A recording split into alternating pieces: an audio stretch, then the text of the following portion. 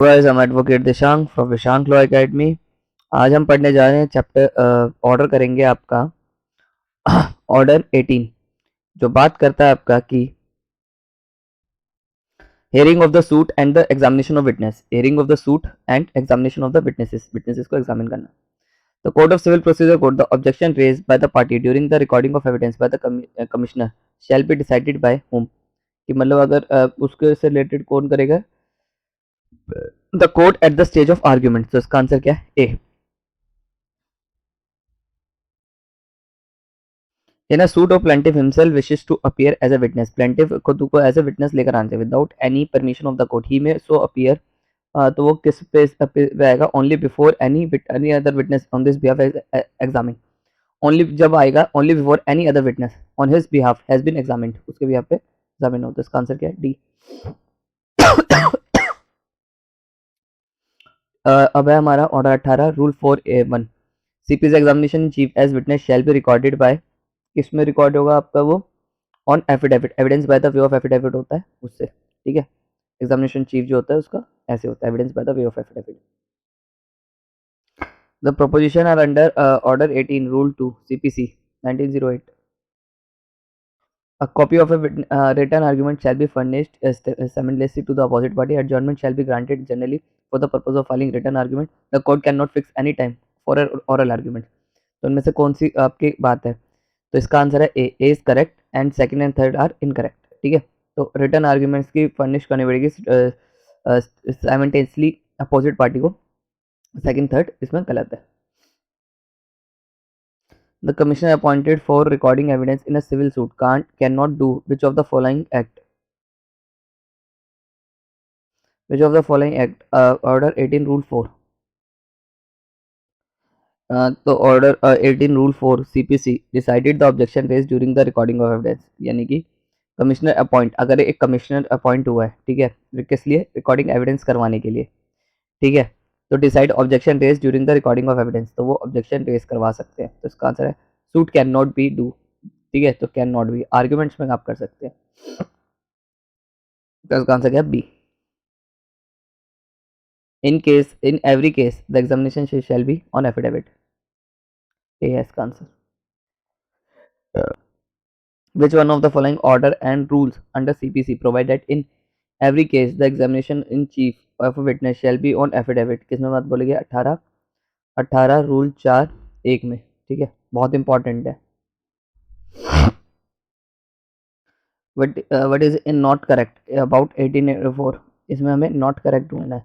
तो not correct में क्या लिखा था? Admissibility of document which are filed along with affidavit shall be determined by the commissioner. तो इसका आंसर क्या है? T.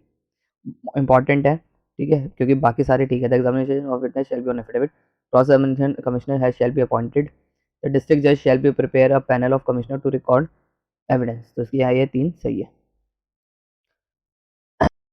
The commissioner appointed for the purpose of recording evidence cross examination is obliged to submit his report to the court appointed commissioner within कितने time में report submit करनी चाहिए? 60 days from the date of issue of the commission.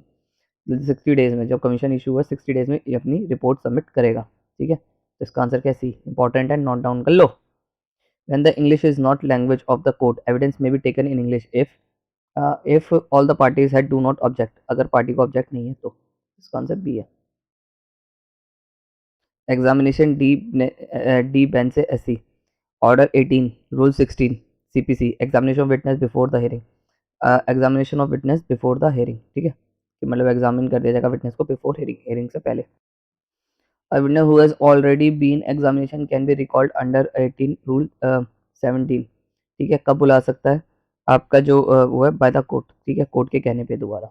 The commissioner as appoint under provision of 18 of the code of civil for the purpose of recording evidence can not, क्या नहीं काम कर सकता? आपका decided objection raise during the recording of, तो ये काम नहीं कर सकता, ठीक है। बाकी री एग्जामिनेशन विटनेस भी कर सकता है, नीदर ऑफ द, ठीक है। The court has issued a commission for recording of evidence in a suit by appointed a local commissioner. The counsel for the plaintiff raised objection to certain question put by the counsel for the defendant. The witness of the plaintiff in cross examination, the commissioner क्या करेगा इस session में? Is the required to record the said objection and ask the witness to answer the question so objected without prejudice the plaintiff right to have set objection decided from the court at the time of final argument. तो इसका answer D है. Hearing of the suit, examination of witness under order किस में लिखा है ये बात? आपका लिखा है 18 में. ठीक है, तो इसका आंसर ए. अगला ऑर्डर है हमारा 19. एफिडेविट्स की बात करते हैं. Which of the following is true? इसमें तो कौन सी बात ट्रू है? Affidavits can be confined only to statement of knowledge. ठीक है, सिर्फ आपका स्टेटमेंट ऑफ नॉलेज जो आपको पता है, जो आपको नॉलेज है उस पर, ठीक है, उस पर कन्फाइंड रहना चाहिए. Issue are frame by the court. Onus of the some of the issues is on plaintiff and some of the issues on the onus in on the defendant. Plaintiff has to, plaintiff पे क्या onus रहता है आपका? File the affidavit in evidence affirmative on the issue onus where of और upon the plaintiff. ठीक है, affirm करना कि जो उसका नॉलेज है. Which of the following provision related to code of is related affidavit. तो इसका आंसर है 19 यानी कि बी. अगला ऑर्डर हमारा ऑर्डर 20 जो बात करता है जजमेंट एंड डिग्री की. बहुत इंपॉर्टेंट है. तो पहला क्वेश्चन है हमारा under code of civil process preliminary decree can be passed in. Preliminary decree कब पास करी जा सकती है? आपका सूट फॉर पार्टीशन में भी करी जा सकती है, पार्टनरशिप में, मींस प्रॉफिट में भी कर सकती है. तो ऑल ऑफ दिस, इसका आंसर क्या है? D. A judgment was pronounced on 2 December 2017. The decree was decree drawn 5 January 2018. What is the date of decree? तो डेट ऑफ डिग्री क्या है? तो यहाँ पर डेट ऑफ डिग्री है आपका 2 दिसंबर 2017. ठीक है, जिस दिन जजमेंट प्रोनाउंस होगी वही डिग्री की डेट मानी जाएगी. ठीक है, तो ये वाली ए है इसका answer. Preliminary decree can B pass in a suit. Preliminary decree कब पास करी जा सकती है? इन सब में. ठीक है, तो आंसर क्या है? डी. अगला है जजमेंट कंटेन्स. जजमेंट में क्या क्या होना चाहिए? जजमेंट में आपका concise statement of the case, decision of the point, determine the reason there of the point of determination, यानी कि all of this. What is the maximum period of to pronounce judgment under order 20 rule 1 code of civil process by the court after completion of the hearing. तो इसमें आपका होना चाहिए 60 days. ठीक है, यानी कि आपका जब हियरिंग कंप्लीट हो जाए तो आपका ऑर्डर 20 रूल 1 ये कहता है कि 60 डेज में जजमेंट सुना देनी चाहिए. तो आंसर क्या है? बी.